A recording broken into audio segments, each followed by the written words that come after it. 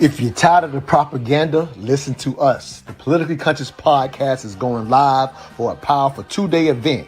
Day 1, 7 p.m., Thursday, March 19th, at the Gym Event Center. We're building a real black agenda. No slogans, no political theater, just strategy. What do we want and how do we win it? Day 2, 7 p.m., Friday, March 20th, at Urban Grind. We ask the question everybody's thinking: does my black vote matter? Are we getting results or just participation? 2 nights, 2 locations, 1 mission, power and accountability. Donation-based entries, free parking available. Search Politically Conscious on Eventbrite.com for tickets. Details at mentaldialogue.com.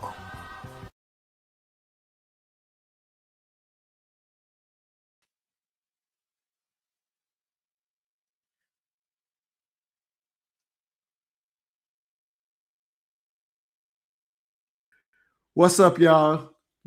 Episode 65. The whole gang is back together again. Emil, glad to have you coming in town for our Politically Conscious first live event. This is episode 65 here on the YouTube internet, if you will. Got my man Shelly Winters in here. Emil, you're on a mute, just so you know. But again, just proud to have you coming in for our live event on live 2 days of live events, March 19th and March 20th. So I wanted to highlight that to kick off episode 65. Glad to have you brothers here.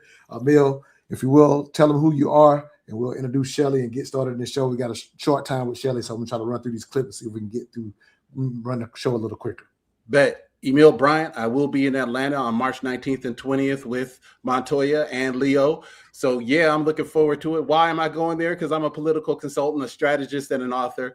My thing is to tell the truth, tell it early, tell it often. When I consult with a candidate, it's important that they know the voter needs the truth so they can make informed and intelligent decisions. I love it. Shelly, introduce yourself. Thank you for being with us, brother. Been a while. Shelly Winter, the Shelly Winter Show on 95.5 WSB Atlanta's News and Talk every Monday through Friday, 7 p.m. to 9 p.m. So we got a hot button issue right now. This Iran war is still raging, so we're going to start there with our clips. If you are a first-time watcher, we basically share clips from the news media and try to give you a no propaganda version with Shelly on the right, my man Emil on the left. I'm an independent, and so we just kind of talk it out and see if we can read through some things. And recently I saw Candace Owens talking about what just recently happened with Iran, and so I just wanted to play a clip from her and get both of you guys take on it. If y'all missed episode 64, Emil gave a brilliant viewpoint of what's actually going in Iran versus everything that you're seeing in the media, but this is just her take on what she's seeing, and I'm interested in what both of you may have to say about Candace's perspective. A coward for doing this to the American people, and that's going to be his legacy. His legacy is going to be a person who could not stand up to Bibi Netanyahu, a person who just loves money and loves the idea of his name on anything. This is what the world will remember about Donald Trump. Thus far, in 1 year, to recap, his administration has worked to allow the slow erosion of the First Amendment on college campuses, special carve-outs for anti-Semitism. So, in effect, hate speech laws. There's a new IHRA definition for anti-Semitism. A definition that is so broad that it includes, quote, accusing Jewish citizens of being more loyal to Israel or to the alleged priorities of Jews worldwide than to the interest of their own nations. That's interesting because he doesn't even know what they're writing and what they're putting together, he's not paying attention, he hilariously violates his own law when he discusses his boss, Miriam Adelson. Take a listen to what he says. Miriam, stand up, please. She really is. I mean, she loves this country.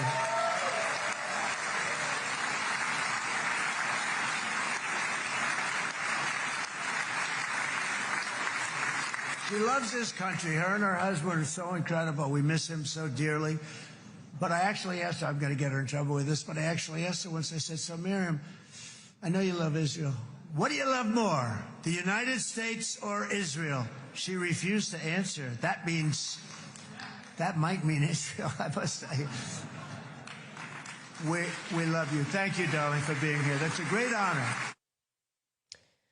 So Trump is saying that the person that he took $100 million, $200 million from, I think in the end, loves Israel more than she loves America. She served in the IDF. That's what he's saying to you. Trump's administration then delayed the release of and then gaslit us over the Epstein files. He called the files a Democratic hoax. He asked us famously, are we still talking about the Epstein files? Are we still talking about children being harmed? Yeah, make no mistake, that translates into providing cover for Jewish pedophiles, because that's what Jeffrey Epstein was, an occult Jewish pedophile. Trump told us no more forever wars. They definitely marketed themselves as pro-peace, him and Vance. That was the ticket that they ran on until Bibi Netanyahu said Venezuela's anti-Semitic. Then we took out Maduro. And guess who benefited from that? I loved this headline so much. Venezuela sends first oil shipment to Israel in years in signs of relations improving. I bet relations have improved. Hey, look, Americans, your gas prices are going up. But the important thing to remember is that your tax-paying dollars were sent to support the military operation in Venezuela, which has thus far benefited Israel. All right, Shelley, I'm going to start with you. Based on everything Emil talked about last week, I would lean into Candace has a propagandized version of what's going in Iran based on what I learned from Emil last week. What do you think about what she has to say? What do you think she has it right or have it wrong from your perspective? I mean, Candace is a true, I know a lot of people use this term.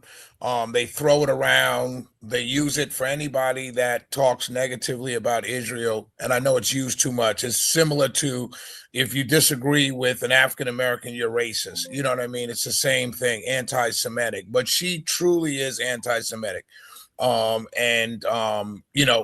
Remember when Kanye was doing his thing, it was Candace who was behind him, who was friends with him and pushing him out there and everything on the political tip of Kanye. So I take everything she says with a grain of salt. However, that being said, much of what she's saying, the president has admitted that, or not the president, Pete Hegseth has admitted that we went into Iran because Israel was going to attack and we wanted to, quote unquote, protect our American interests, which I don't know what that could possibly be. That was one of the reasons given. Then the other reason given was regime change. Then the other reason given was terrorists. They were close to building a nuclear weapon. So there's been so many things talked about, but I don't really, I don't get into conversations around Candace Owens because it's truly anti-Semitic. Does Israel have an undue influence over our political system? Absolutely. And so do corporations. So I'm just going to leave that there.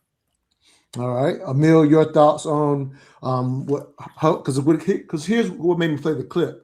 What she's saying is what I see floating out here in the media and people are talking about. Again, you gave us a very thorough what the bigger picture was, and I even alluded to it on the last show, Shelley. I know you wasn't with us, but I highlighted that when we first went into Venezuela. Just a quick thing, shoot over to you, Shelley. Is you highlighted that even though you didn't like what was happening in Venezuela as a MAGA voter per se, you said you understood the president's bigger picture. And so we highlighted that last week on the show. And so there's a bigger picture here. And so again, I was just curious, what did we see as viable from what she had to say? Emil, your thoughts on anything Candace had to say? And then I'm going to play another clip that I think still speaks to the bigger picture after this. I rarely agree with Candace, and to Shelley's point that she is anti-Semitic, I don't use that language, but I understand why he uses it. The point that I think she was trying to make, which was clear, is she's no longer in the camp of unconditionally supporting Trump, and that comes from somebody who was married in one of his wineries just 7 years ago. So yeah, she has a valid point that she's trying to make. And yes, she did spin it because of what Shelley said, that streak of anti-Semitism that is really kind of showing up more and more. But at the same time, the criticism was valid. And here's the problem that she points out that's going to be hard for people to hear because it comes from her. Is America fighting this war because of its interests or because of Israel's interests? And that's a very difficult question to answer when it comes from someone like her who's radioactive in that way. When it comes from someone like Shelley or you or me, that question can be asked and answered more earnestly. Coming from her, it does sound like propaganda. No, good stuff. All right, here's something I found. Again, we thoroughly talked about this last week. I'm going to keep encouraging y'all. If you want to understand why we're in Iran, go listen to Emil on episode 64. But here's a no clip that I found, Emil, and I want to see if you could expound on this viewpoint on what's happening in Iran and maybe the real reason. I think this aligns more with the real reason why we're there. But give me your thoughts on this, and I'll get Shelley's thoughts as well. What if I told you that the U.S. military actions in Venezuela last month and Iran over the weekend aren't really about removing dictators or stopping nuclear weapons, but something even bigger? The system that helps support $38 trillion of U.S. debt, the petrodollar. Stick with me. Over the weekend, Donald Trump ordered airstrikes inside Iran that reportedly killed several senior figures in the country's military leadership. Most of the coverage is focused on the political fallout inside Iran, but the bigger impact may actually be in the oil market. Because Iran isn't just a geopolitical rival, it's one of the world's major oil exporters. Before the strike, Iran was exporting roughly 1.5 to 2 million barrels of oil per day, and about 90% of that was going to China. And here's the key detail. Much of that oil wasn't being settled through the traditional Western financial system. Iran has been cut off from SWIFT, the global banking network used for most cross-border payments. So many of those transactions happen through alternative systems or non-dollar currencies. Now, here's where it gets interesting. For decades, the global oil market has largely revolved around something called the petrodollar system. Since the 1970s, most oil around the world has been priced and traded in US dollars. That forces countries that want to buy oil to first obtain dollars. And that demand matters. Oil exporting countries accumulate those dollars and often recycle them back into U.S. assets like treasury bonds. Now that process, known as petrodollar recycling, has helped finance U.S. government borrowing. In other words, when oil is priced in dollars, it creates global demand for dollars. And global demand for dollars helps absorb U.S. debt. Now let's look at the geopolitical angle. Two of the largest oil exporters operating outside the dollar system have been Venezuela and Iran. If Venezuela ends up with a new government aligned with the West, and if Iran eventually transitions to new leadership, those oil exports could move back into the dollar system. That means oil sold in dollars, payments moving through SWIFT, and billions more flowing into dollar-denominated assets. At a time when the U.S. government is running trillion-dollar annual deficits, that demand becomes incredibly valuable. So the real question might be not whether this is about nuclear weapons or authoritarian dictators. It might just be about the currency that underpins the global financial system. So throughout my lifetime, Emil, I've always said when conspiracies are out there, follow the money. And so this was a clip that brings it to the money, because here's what I recall from last time, even though I know you highlighted currently on this show, when we talked about Candace, the lines are blurred in a sense of what is the undue influence of Israel. But I remember from last show, you were saying that ultimately what's happening in Iran could be completely in our interest. And because Israel and Iran have their strife, it's almost like Israel's going along for the ride to a degree. And if I'm misconstruing your words, please correct me. But I did, when I saw this clip, I was like, okay, now we're talking about the money. This seems to line up to more of what Emil was talking about, because the issue again is China possibly becoming an equivalent superpower, because we've been the lone superpower ever since the end of the Cold War. So go ahead, brother. Any thoughts on that clip, adding to what you talked about last week? So again, a lot of these clips oversimplify a very complex thing, but to go back real quick, and then I want just Shelley to jump in before he goes. Go back real quick. Before all of this strife, every single oil transaction around the world was settled in US dollars. Period. That was the money that was exchanged. And then everybody turned that money into their own currency. Since the strife started, which is several years ago, Iran and Venezuela have been settling in other currencies, sometimes the euro, sometimes the Chinese yuan or renminbi. So when that happens, it bypasses US dollar. Demand for the dollar goes down, the dollar gets weaker, right? People don't want it. The dollar is the world's favored reserve currency. So anything that makes that drives that demand down is bad for us, bad for our economy, because it means that our dollar gets weaker. It means that there's less demand for the dollar. It means that there's a potential that our debt is not easily serviced. It's not easily sold, even though the bulk of our debt is actually belongs to ourselves. Right. Social Security Administration pays for our debt primarily. The other ways that we finance that debt come through those dollars that go through other countries. So this is a much bigger and more complex issue. But to the clip's point, yes, there is a huge opportunity in letting Israel do what it was going to do, and the U.S. making sure we kind of pushed it and then participated in it as soon as possible. Now, good stuff. Shelly, again, I remember when we talked about Venezuela when it first happened. I know on your show you were personally against it, but you understood the bigger picture with not having China in the backyard. So again, this clip to me seems to keep conveying, here's the bigger picture that you're not seeing in the media each and every day. Your thoughts, brother? I think that it's always about money. It's always about oil. It's always about money. The question is BRICS, which is Brazil, Russia, what's the other? What's the India, China, and South Africa. They're all exporting companies also of oil, gas, and others and other resources, but mostly oil and resources.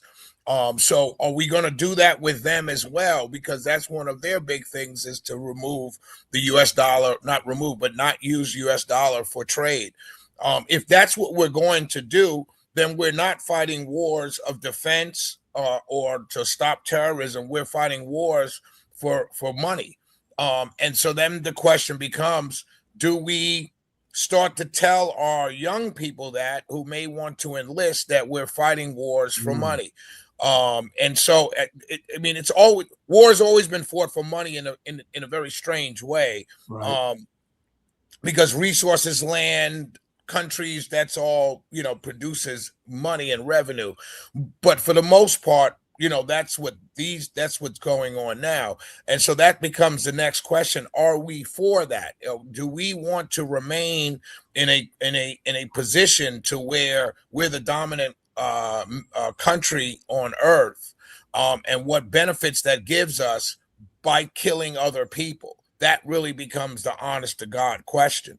Do I want $1, $2 gas, but I have to shoulder the responsibility of electing people that will go someplace else and kill people? There are people dying in Iran right now. I mean, you can't drop bombs on buildings without having collateral damage, and those are human beings. And so that becomes the question for all of us. And it can't be a question that you just say or you just ask, because trust me, Trump is doing it now. Had Kamala been in office, she would have been put under the same pressures he's been put under by the very same forces to do the very same thing. So the question becomes, are we as American people, if we are against this, we have to be against it no matter who's in office.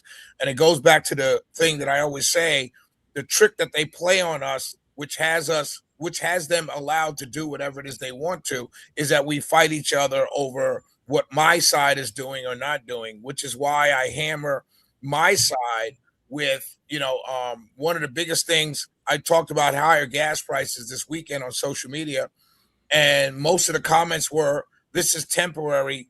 Biden drove gas prices up as well.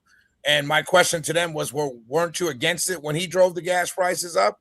Then you should be against it now. And you can't say temporary, long-term. You can't use any of those terms because you don't know. You don't know how temporary. It could end today. I could get off the phone with you guys right now and Trump could declare that the war is over and whatever happens after that, because we don't know what the end game is. But the point is, gas prices are higher now. So you can't really yell and say Biden did it and then say, but you were against it when Biden did it. And for my Democrat friends who are always against war, you can't say, you can't, argue against it now, but when your side does the same thing or something similar, say, well, this is for this reason. And that's why we can't get any change in our current system, because they have us fighting with each other based on our teams. And I'm seeing that more and more. And one of the things I'm realizing, not realizing, I've always realized it, but one of the things that I'm really seeing it writ large, because I've seen it before with Democrats. When Obama was in office and then Trump came into office, I saw many of my Democrat friends yelling at things Trump was doing in his first term that Obama had already done. And so I was like, oh, wow, this is kind of interesting. And I started going off on them. But now I'm seeing it on the right where, like Candace Owens said, we voted for no wars. We voted for peace. We voted for non-intervention. We voted for taking care of American citizens. And now those same people who cheered standing next to me at a rally when he talked about that, or his surrogates talked about it, or J.D. Vance talked about it, now saying, well, we have to do this. And I'm just like, wow, everybody is just being played into defending their side because that's who they voted for. And it's got to stop, because that's the only way we can get fundamental change. The only way we can get no propaganda and no, my team versus your team is by everybody being willing to criticize their own team, especially when they're criticizing their team for doing something they've always disliked from the other side. Yeah, let me. I like that point. I've always wanted to. I'm glad to finally get you back on the show to ask you this, because I always wanted to challenge to take what you just said one step further, Shelley. I believe that the criticism of your own side in itself isn't enough, and I have the luxury of doing this of someone who's relatively independent. And again, I'm not abreast of everything every person does, but if a senator or somebody in Georgia, a local politician, makes me say, okay, I don't think they're for my interests, I go vote for the other side because I think it's the only way to stand up. I think yes. If I don't have that politician's ear, if I didn't pay the $10,000 for the dinner and have their ear, then as my one voter, I have to go vote them out. So here's the issue with that. I agree with you, and I've done it myself. I mean, I voted for Warnock and Ossoff, so it's not anything I've never done myself. But my point is, it's hard to do that sometime if the other candidate may be worse than the person that won't do what you do. So that's the kind of the thing that we're faced with. So the biggest strength that you do have is challenging your side when you disagree with them. And I think more and more of us have to do that. I understand what's going on in Iran. My anger is not at not understanding and not being intellectual enough to see what's happening. My biggest complaint is you told me you wouldn't do this. So if you told me you wouldn't do this and I voted for you, then I'm angry that you lied to me. And I know you lied to me because let's assume it's every clip you played. Let's assume it's an Israel influence. Let's assume it's the petrodollar influence. Let's assume it's all of that, right? All together.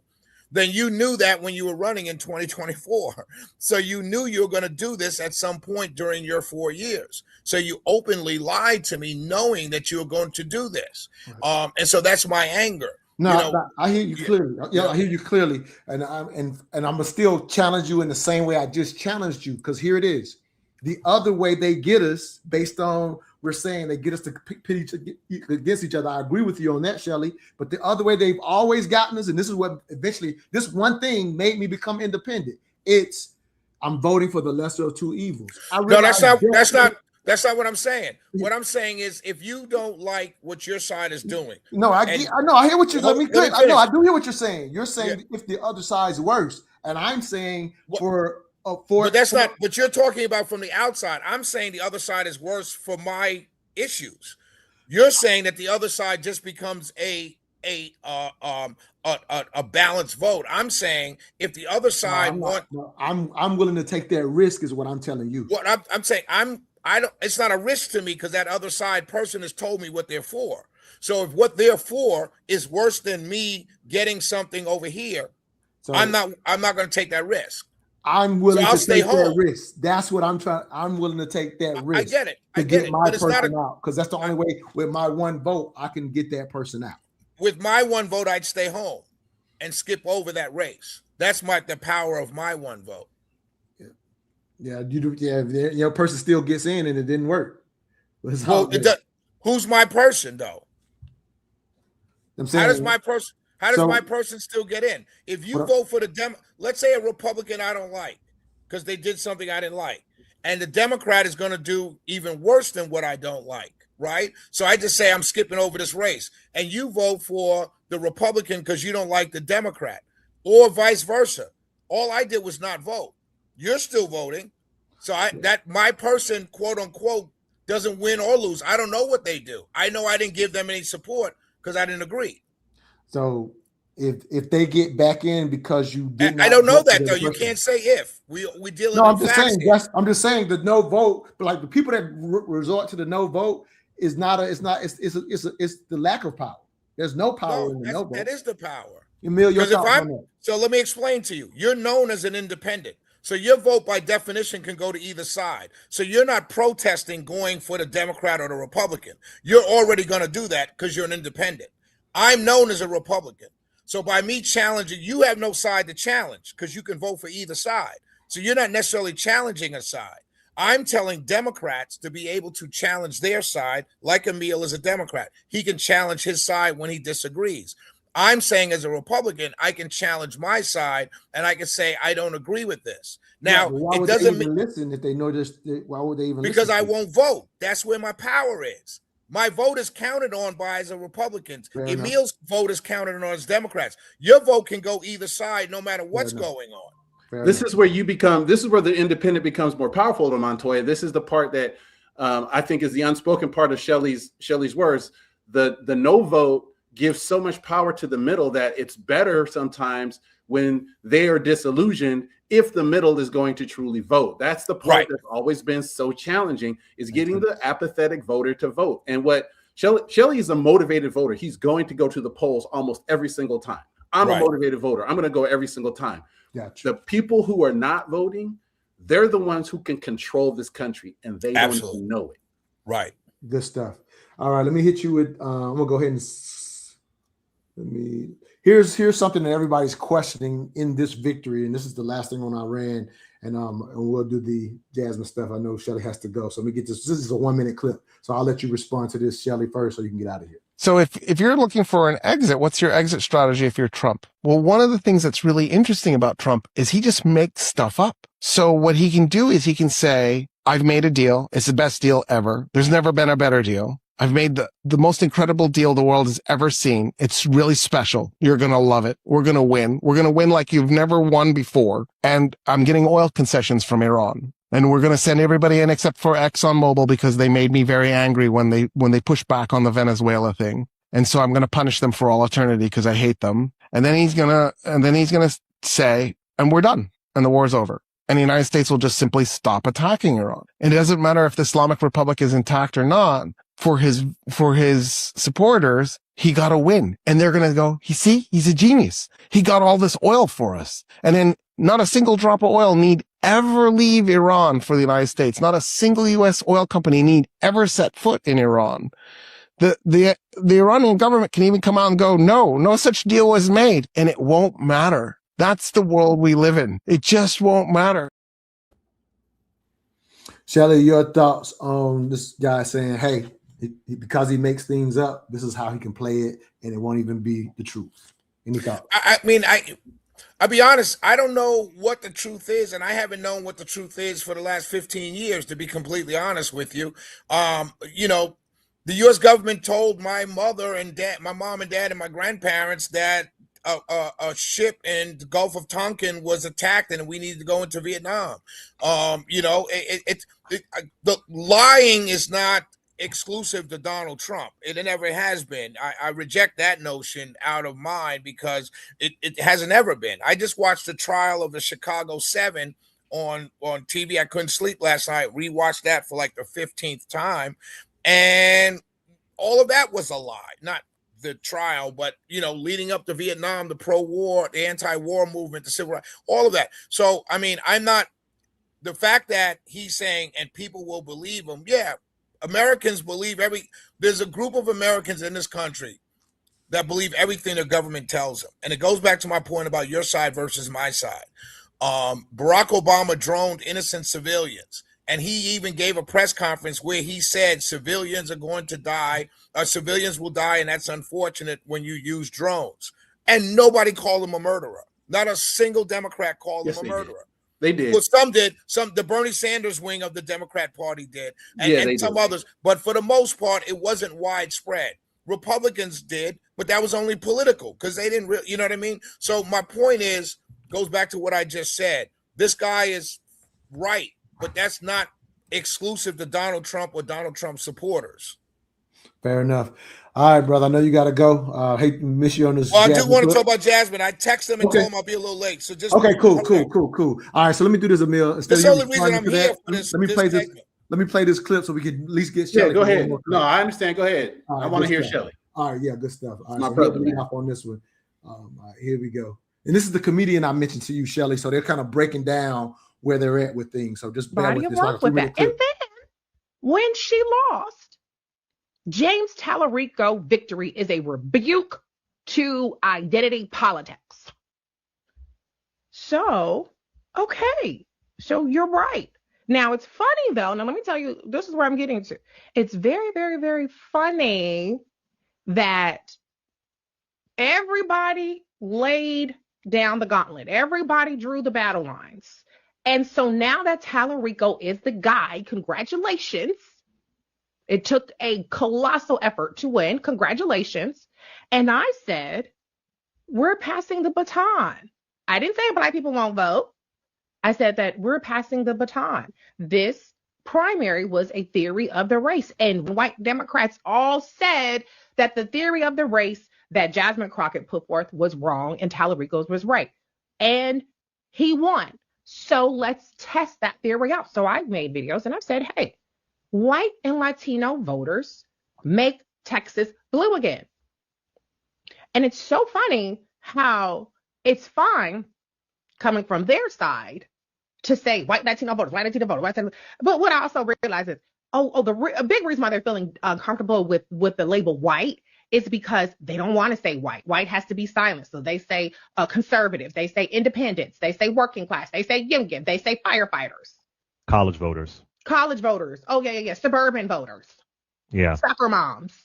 They got every motherfucking euphemism.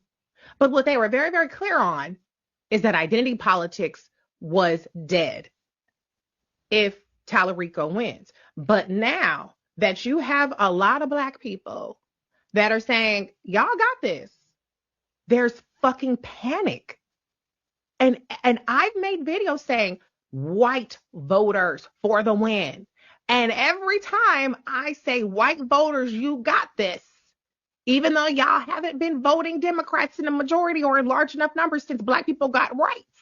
This is the guy to do it. This is your great white hope candidate. This is your unicorn candidate. This guy is so special that he's the guy to do it. And every time I bring up white voters or Latino voters, they want to change the subject back to Black voters. Why are we talking about what Black voters are going to do? I thought y'all didn't like that conversation. I thought that was identity politics when Jasmine talked about it. Or when as Black people, we talked about Jasmine, that was identity politics. So it's very interesting that the undercurrent or the assumption that all of these motherfuckers made about we going to kill identity politics, we going to get the soul, was that Black motherfuckers was just going to fall in line. That we are the footstool of the coalition. And a lot of Black people are saying, Shelly, again, that is she's give her credit. That's Reese Colbert. She's a comedian, has a page called the Black Woman Views Media, and she was on with Clay Kane. So that was a cut. Her. Yeah, I mean, let's be clear. The funny thing is, Clay Kane dogs people like me out all the time. That's his show basically. Black Republicans ain't. You know what, right, yada, yada, yada. So that's Clay Kane's thing. And I respect him for it. Love to get on his show one day and have at it with him. But the point is, we as Black conservatives have been saying what she said just now to him, that when he was nodding his head in agreement, we've been saying that for the last 25 years. Exactly that. You have been the footstool of the Democratic Party. You have been used by the Democratic Party. I played Malcolm quotes. I've even played the line from The Message, where he talks about serve like hell. I mean, I've played so many clips of Democrats being used by black Democrats being used by the Democratic Party. To her point, that's nothing new. She's acting like this just came about. Oh my God, we just realized this. No, this has been their pattern from day one, which is what black Republicans have been trying to tell y'all forever. But the answer has always been, well, what's the Republican Party going to do for me? Well, you don't know, but now you're mad being treated like footstools. So it's just fascinating to me. Yes, identity politics is dead. You know why it's dead? Because it doesn't win. And Emil and I have talked about this before. White Democrats want to win. Again, I go back to what I just saw again for the 5th time. There's a scene in Trial of the Chicago 7, and it just popped in my head. I apologize. But there's a scene between Tom Hayden and why did I go here? Tom Hayden and Abby Hoffman. There's a scene between them. And Tom Hayden is talking about progressive politics is not about comedy shows and putting daisies to soldiers and all of this kind of play acting kind of stuff. And he talked about, 20 years from now, people will remember the progressive movement, which is what he was saying, as long hair, hippies, stoned out kids fighting against their parents' generation, and they won't be focused on economic justice and criminal justice and fairness and poverty and things like that. And the point I'm making is that you guys the Democrat Party has always used black people to turn out the vote for Democrats, but you've never gotten anything of any substantial policies out of it. When Biden won the nomination, there was a brief uptick in we need reparations. We just got you South Carolina. Black people just got you the nomination. We need reparations. And that was quickly buried by the Democrat Party. Then what did you ask for? When I say you, I mean African-American Democrats. Then what was the big ask? You got a guy, you got him the nomination. He could possibly win. We don't know. It's before the general, but he's running against a very unpopular guy in Trump's second term. What is the big ask? What's the big ask? Not by the voters. The big ask by the leaders that lead the black community. What's the big ask? We need a black female vice president. Well, how did that help black people? Like, how did that in any way help the cause of African Americans? Did it give you school choice? Did it give you more funding in colleges? What did it do for African Americans? And that has been the Democrats for the last 50 years. They use black votes to get elected, but then no policy comes behind it. And I know Emil has an answer, but my point is, I know there have been policies. I'm not saying there's no policy, but most of it has been to the benefit of those entrenched people that were going to win anyway. Upper middle class, African American, educated people. They were going to get anything. They were going to get things anyway. But the Democrat Party has rarely, if ever, focused on truly the least of these, especially in the African American community. Let me ask one question, Emil, before you respond, just before Shelley has to go. So here's my question to both of y'all from my independent hat, right? For my independent hat, if I look at the two parties, I look at it as this. Clearly, like you said, Shelley, I agree with everything that sister said. I actually agree from this standpoint. The Democratic Party, generally speaking, does not care about African Americans from a political standpoint. I feel that currently the Republicans actually make policies against us as African Americans. So if I got one side that's clearly against me, and one side that I don't care about, I can see how it makes sense that you would still side with the party that doesn't care, not because I don't need them to care about me, but I actually get policies that benefit the majority of our people. So am I right in how I see that? I'll ask both of you that, but I'll let you start, Shelley, because I know you got to go. I don't think so, because when you say doesn't do anything for me, there's been a number of things done for African Americans with little to no support from African Americans by Republicans. School choice is big. You didn't hear me. You didn't hear me clearly. I actually said the majority of the policies from the Republicans are against me. I said Right, the Democrats do not care. I was saying I the heard that. Democrats do not care. I heard that. Okay, So you're saying it's against you. I'm disagreeing with you. There are several policies that Republicans do or clearly run on, whether they do it or not is a different story, but they clearly run on that benefits African Americans. I'll just give you one very simple one: tax breaks. If you're an African American and you believe you make less than your white counterpart and you get a tax break, you're paying less than taxes. If you believe the system is fundamentally flawed and racist against you, then you're feeding the beast less money. Hold on, let me finish. You're feeding the beast less of your money. So tax breaks alone that Republicans run on should be to benefit you as a taxpayer. But Leo was on here last week saying that if you're right now, there's a group of people who are happy with what they're seeing financially, and he highlighted that's about the 14 to 20% of people in the country. The rest of those what Leo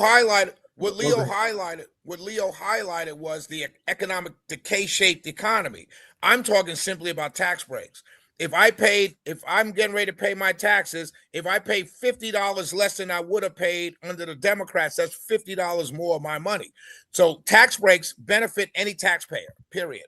If you get a refund, it doesn't benefit you. But if you got to go to your accountant and pay him some money, you paying less than what you would pay. So the policies I'm talking about that are against us are what we're seeing with the people going to school, people actually getting government contracting. All of those things have decreased with the direct attacks that are happening right now. That's not a Republican. That's not a Republican thing. That's under How Trump. is it not? Those are the people that are against those policies. You said the party. The party has principles. So that's what we're talking about. You can't. Right. And so you could say I don't want to. You could have said I don't want to vote for Trump in 2024 because he wants to cut government contracts. That would be a position you could take, right? I'm talking about Republican versus Democrat, the policies of each party, the principles of each party, the things that they run on, right? Not one particular candidate. I'm not talking about one candidate. Well, throughout my lifetime, I've watched the Republican Party specifically tell lies about affirmative action came out of the Republican Party under Nixon.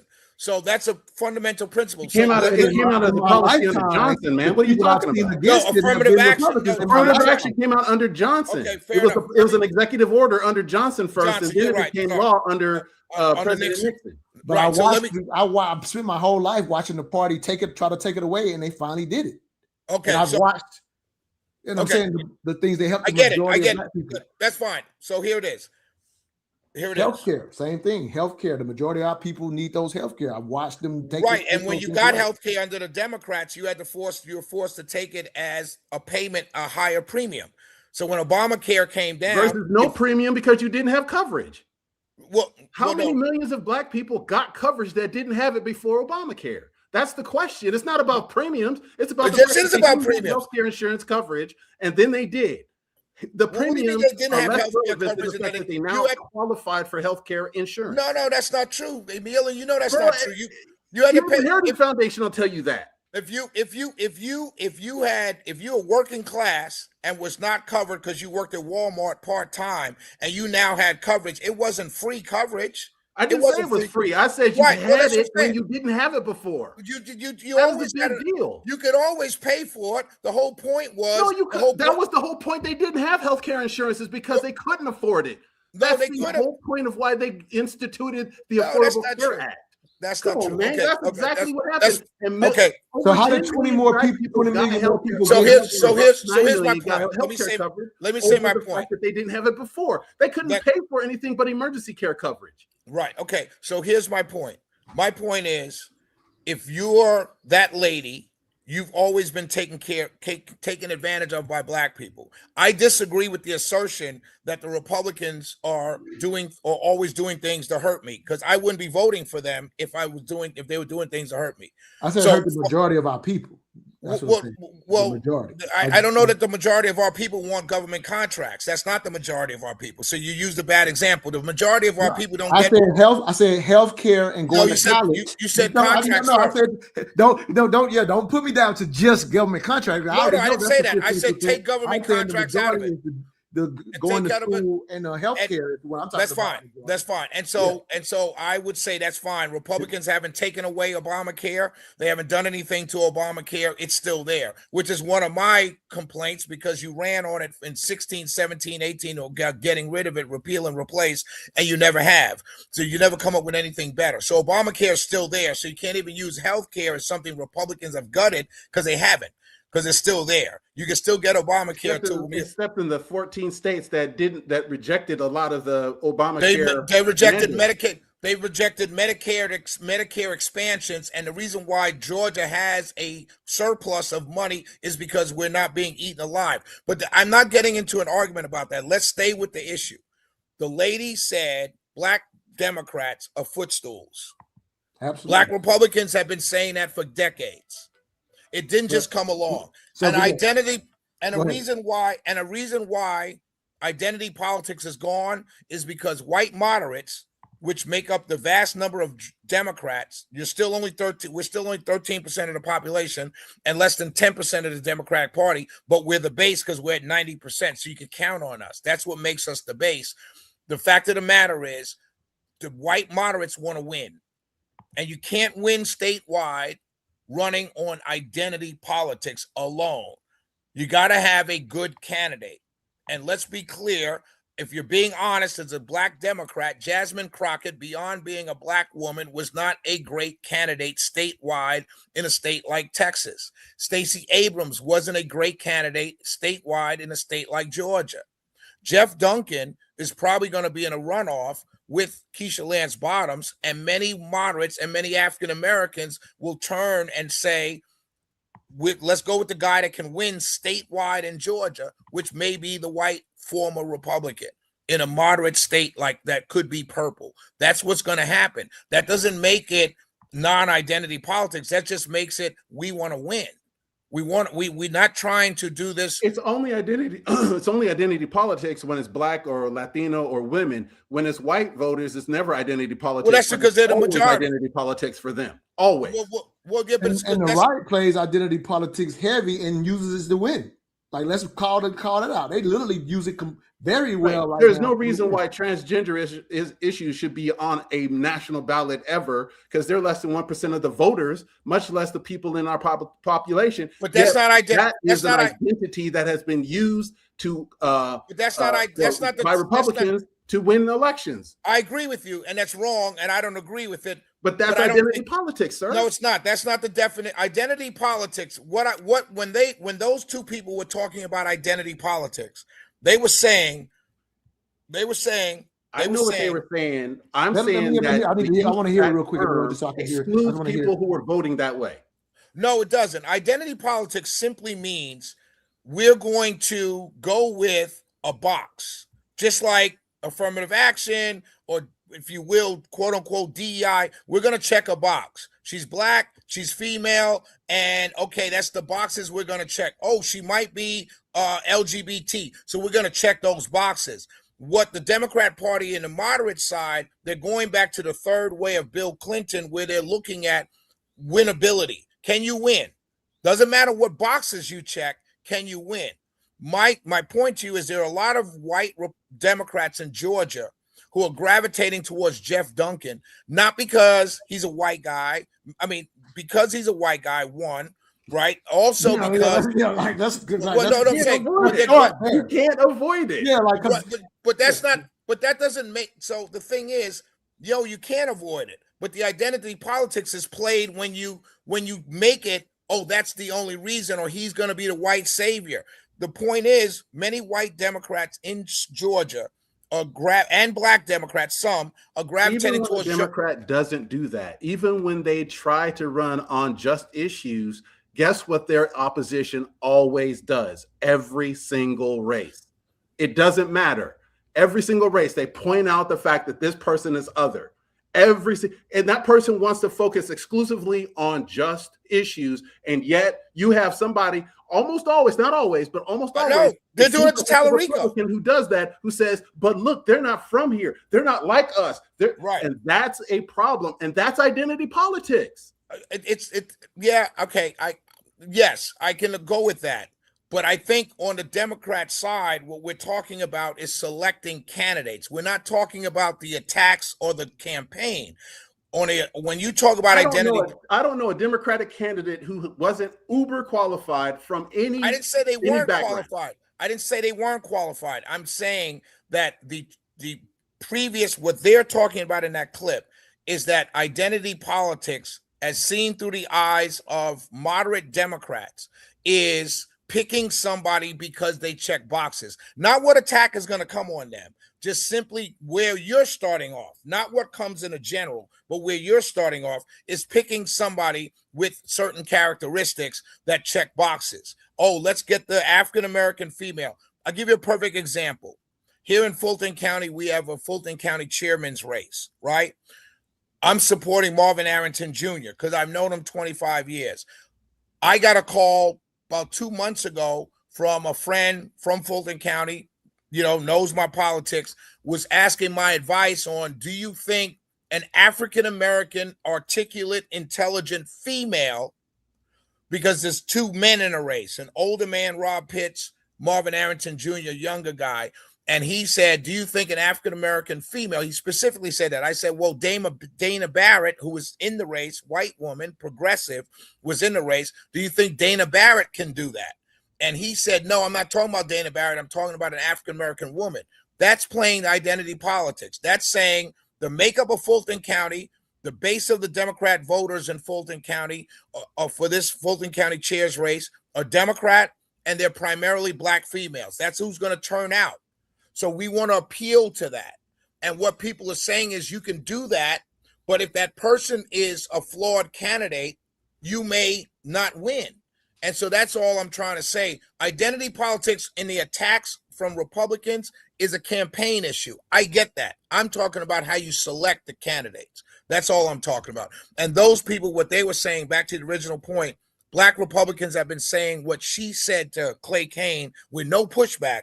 I would have said the same thing to him a year ago, and he would have yelled all at me. But it's been going on for decades. And I got to go. I'll see y'all later. Thank you. Any thoughts, Emil? Again, yeah, this is why we do this. Thank you, This is Shelley. a great conversation. And the challenge is that, again, you and I have talked about this, and I've raised it so many times. I kind of feel like a broken record. There are policy wins for Black people buried in all of the things that Democrats have won over the last several decades. And because they're afraid to position themselves on those wins, we don't know about them, but they're there and they're good. The biggest, for instance, is, and I've said this before, every time you have a new administration, the Democrat pluses up the Office of Civil Rights Enforcement, and the Republican cuts it, usually in half or more. That is a trend from Reagan. It's always up and down. So just that alone tells you enough to know. Real quick, I'll give you a real life example. I just read an article here in the Atlanta Voice, just talking about, unfortunately, like here in Atlanta. To me, nothing highlights it more than what's happening in Atlanta, the quote unquote Black Mecca, with the things that have happened specifically with this administration. This is just calling things like it is. But literally, the Black business struggles with the new initiatives. For example, the EEOC, I hope I'm saying that part correct, where you make the complaints where the government contract is that where you make the complaints, I think. And so, for example, the complaints have went from 3,300 to 65. Wow. Meaning, and let me make that clear for anybody watching, meaning something about the way this contract was administered was done in a way that was unfair to a minority-based business, Black, woman, Hispanic owned, whatever the case may be. And the way that contract was rendered on some level was done in a manner that was unfair. And that contractor could say, hey, let me make a case because this happened to me unfairly. Okay, 3,300 to 65, what that means is, let's say 60% of the 3,300 is frivolous. because they're not, every case is brought forward. I'm not there acting like all the cases are what they are. But to be at 65, it highlights, here it is, it highlights that when you've been wrong, there is no opportunity for reprieve for Black-owned businesses that contract with the government. Then speak to what you just said, and the reason I cut you off was this. Even with, as I've always said, DEI is guardrails in place. You and I both know it is not a perfect program, nor does it get everything that should happen. But at the end of the day, when a business is actually eligible, that means it is qualified. They only look at eligible businesses. So despite what people say about merit base, there is no situation where someone's getting a government contract without merit. That does not happen legally. I always make sure I make that clear. But here's the point of why I cut you off. So that number was sitting at 3%. It's at 1.5 to your point. Right now, 1.5%, we cut in half the number of people who are able to not only contract with the government, but at the end of the day, how many businesses are able to scale once they secure a decent government contract. And those opportunities are now not only cut in half, but now in the event that you have now been wrong, the current administration does not want to hear that. That is the reality of an example of something that is taken away. 100%. Go ahead, I'm sorry. No, this conversation is important because a lot of people are going to hear Shelley's point and they're going to be frustrated that feels true. But then you go look beyond the rhetoric and the headlines, and you begin to see there's some structural things happening that the Democrats have refused. And I will be very blunt with the Democrats here. And since I represent the left, I'll say this to you, to your face. Stop being afraid of telling white people how well Black people are doing.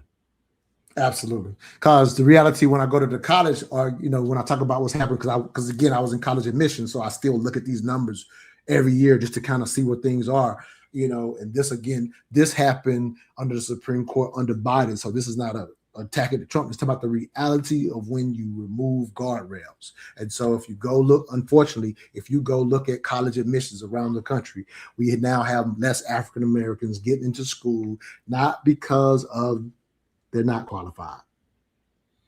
Now, and for anybody, if you're just not watching the show, I'll give some context because some people just maybe the first time they heard me talk about this. At the end of the day, having worked in college admissions, if a college is going to accept 3,000 freshmen, they will get 30,000 applications. 10,000 of them will be qualified. Now it is just a matter of which 3,000 they want based on what they want in the school. They do not know college legally, based on the laws, can take unqualified people or people less qualified. Like that's not a reality. You were sold basically a bag of manure.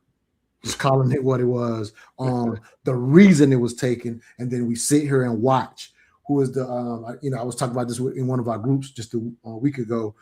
Who's the guy up for Surgeon General? Not a doctor. Once again, so the merit-based administration keeps putting forward people with a lack of background in the actual thing they're going in. Head Self, RFK, where's their merit for what they do right now? What you really got to understand is that there's another agenda afoot, and that you listen to one agenda, but you watch another. Watching the agenda is where you really need to start unpacking the propaganda. With RFK Jr. and now the Surgeon General, I think her name is Casey Means or something like that. You're seeing a trend toward not just a lack of science, but actually questionable science and practices that may be harmful.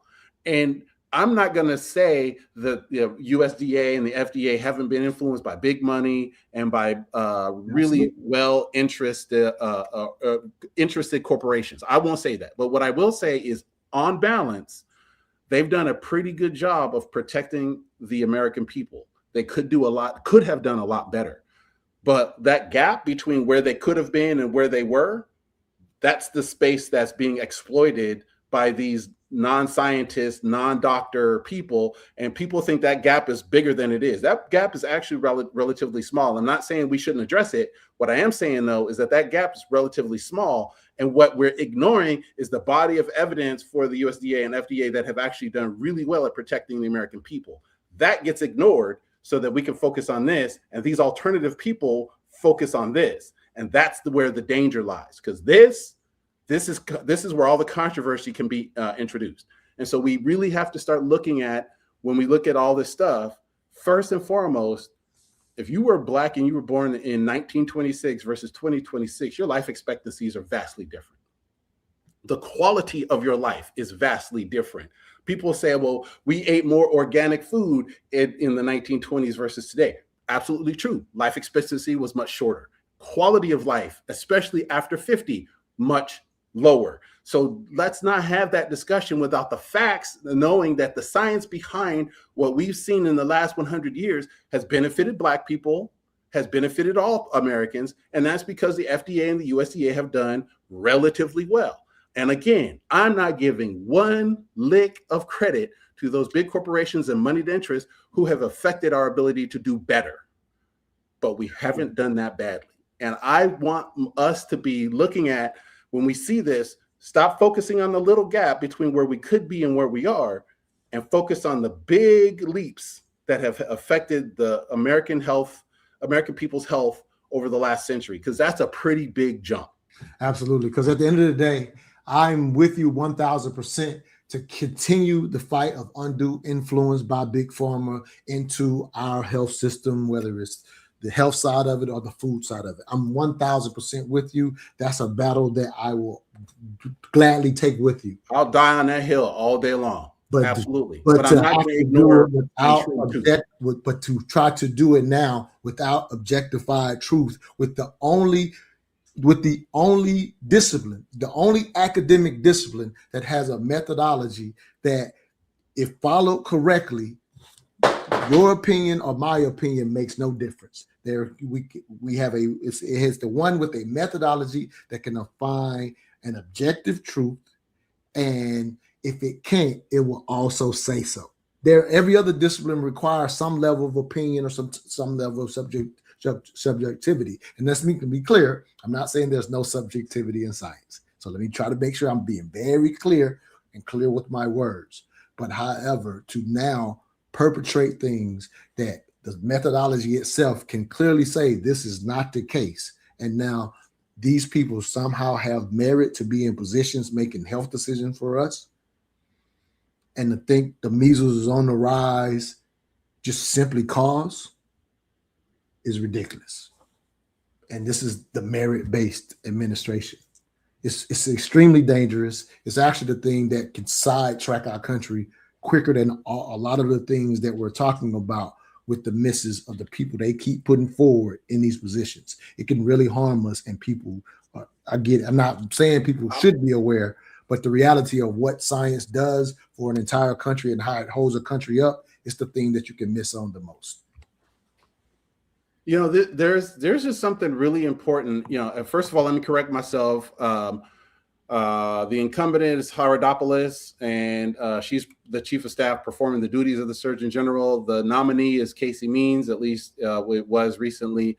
She was trained as a doctor. She went to Stanford Medical School, graduated. She did not get her license, but she was granted a medical license from the state of Oregon, and she ran a functional health clinic. So there is that part of her background, although she has been practicing for a couple years. But there is that part of the background that you're saying that is very, very important. That I think we need to be, as voters, we need to hear clearly. And that is, if you're going to tell me that you're hiring the best, show me the best. Period. But this actually been what it always is. When you get rid of the guardrails, mediocre people get to take spots from people who actually qualify and earn it. And people who, you know, I don't begrudge anybody who's, you know, educated themselves and really has put the work in to become an expert in whatever field they choose to be an expert in.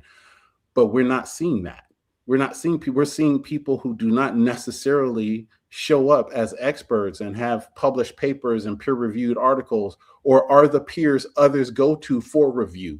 That's not who we're seeing. We're not seeing that self-educated, autodidactic kind of person. We're seeing people who are popular or who are making a dent in social media, but who are not necessarily thoroughly trained and equipped to run public health systems like we need them to. And like we're in Iran with a former podcaster as our defense secretary.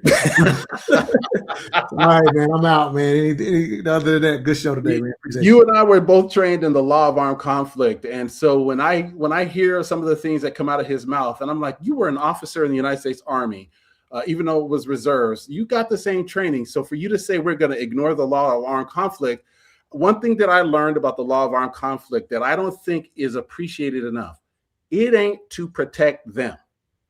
Okay. It's to protect us. We follow the law of armed conflict so that we know and can predict how our enemies are going to react to us. And that matters more than we give it credit. And that's the thing that I think people are missing. We're not hamstrung because, we just want to, prevent ourselves from winning the war. No, we're hamstrung because we recognize that if we don't follow those rules, they damn sure ain't going to follow them. And we have no. And we don't want that type of war. And we've learned it through history when it already happened. So that's how they got put in place.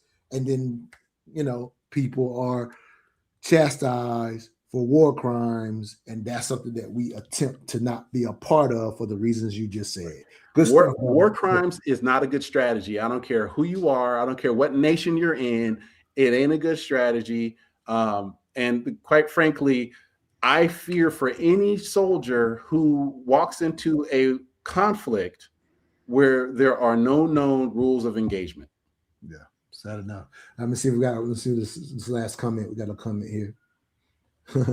So he's primitive, barbaric, SOB, pig's breath. I'm not sure who Abby 225 is referring to, but I don't know if he's talking about referring to Heg self, or maybe he's talking about our current Secretary of Defense. Okay, yeah, that's who he's talking about. Okay, gotcha. So I wasn't for certain since they didn't put it, but it makes sense. All right, thank y'all for you watching. Please share this show. Again, we're trying to raise the conscious level and give you more of the actual factual than what you're getting in the media, and just that's what we're here for. So hopefully y'all can stay informed. I still keep telling everybody, go back. Okay, yep, she was talking about Pete.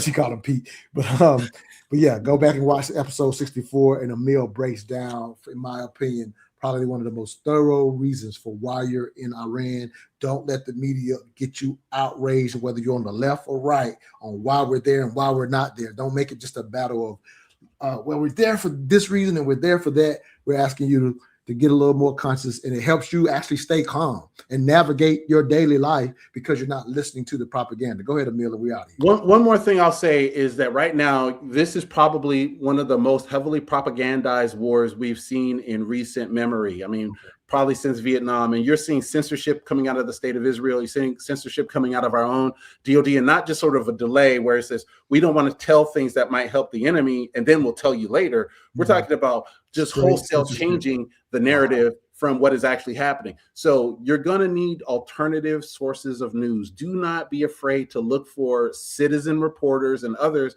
who are trying to get through all of this propaganda and tell you what's really going on. And in the age of AI, do not forward anything you cannot verify, because right now they're showing you pictures of things that are not true, and they look so realistic and they feel so good that they might be worsening the problem versus informing the public. So be sure to look for and cut through the propaganda by any means necessary. Hopefully you are listening to us, because that's what we do.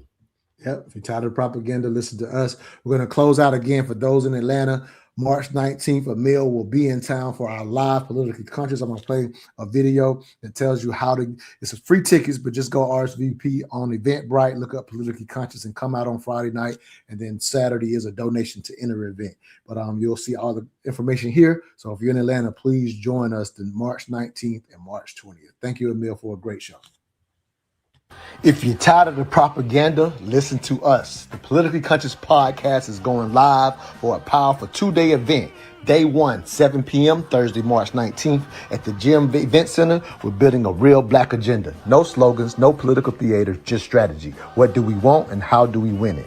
Day 2, 7 p.m., Friday, March 20th, at Urban Grind. We ask the question everybody's thinking: does my black vote matter? Are we getting results or just participation? 2 nights, 2 locations, 1 mission: power and accountability. Donation-based entries, free parking available.